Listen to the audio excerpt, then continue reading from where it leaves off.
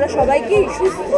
একটা phone call আসার পর তার জীবনটা কিভাবে পাল্টে যায়। বড় ক্রস কানেকশন হয় হচ্ছে চরিত্রগুলোর ভেতরে। এই রং কলটা আসার পরে কি হয়, তার জীবনের ছন্দটা পুরো চেঞ্জ হয়ে যায়। দরজার বাইরে একটা লোক। বাংলা ছবির মান নিয়ে এই মুহূর্তে বিস্তর আলোচনা। বাংলা ছবি কি সত্যি বেলাইন? না, বাংলা ছবি বেলাইন নয়। নতুন বাংলা ছবি আসতে চলেছে আগামী 29শে মার্চ। সেই ছবির নাম বেলাইন।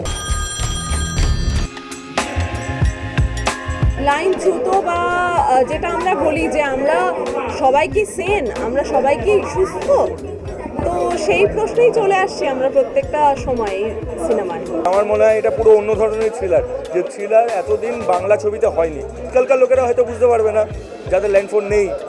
একটা সময় ছিল যখন ক্রস কানেকশন হতো, একজনকে ফোন করতে গেলে আরেকজনের কাছে ফোন চলে যেত। আমরা দুষ্টুমিও করেছি ছোটোবেলায় অনেক, সেই এক্সপিরিয়েন্স এখন না বলাই ভালো। কিন্তু এই গল্পটা ওই ক্রস কানেকশনের জন্যই পুরো গল্পটা চেঞ্জ হয়ে যায়। ছবিটা শুরু হয় একটা ছন্দে, তারপরে সেই ছন্দটা ভেঙে একটা বেলাইনে চলে যায়। ক্রস কানেকশনটার থেকেও বড় ক্রস কানেকশন হয় হচ্ছে চরিত্রগুলোর ভেতরে। ওই মেয়েটা আবার সুইসাইড করতে যাচ্ছে। একটা বয়স্ক মানুষ যে একা থাকে, সে টিভি দেখে সময় কাটে, বা খুব জোর হলে পাড়ার কিছু আরই সমবয়সী বয়স্ক মানুষদের সাথে হয়তো টুকটাক সময় কাটে। একটা ফোন কল আসার পর তার জীবনটা কিভাবে পাল্টে যায়। নতুন রকম চরিত্রে আমাকে অডিয়েন্স এবং দর্শকরা পাবে আশা করছি, এবং তোমাদের সকলের আশীর্বাদ এবং ভালোবাসা থাকলে বেলাইনাটা অন্য লিগে যেতে পারবে।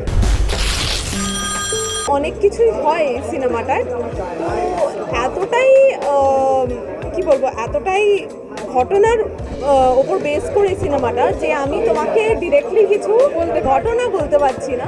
একজন 65 বছর বয়স্ক ভদ্রলোক, যার দৈনন্দিন জীবন খুবই একঘেয়ে, মানে কতগুলো ছোট ছোট জিনিস রয়েছে যেগুলো থেকে সে এন্টারটেইনড হয়। তারপরে হঠাৎ করে একটা রং কল আসে। সেই রং কলটা আসার পরে কি হয়, তার জীবনের ছন্দটা পুরো চেঞ্জ হয়ে যায়।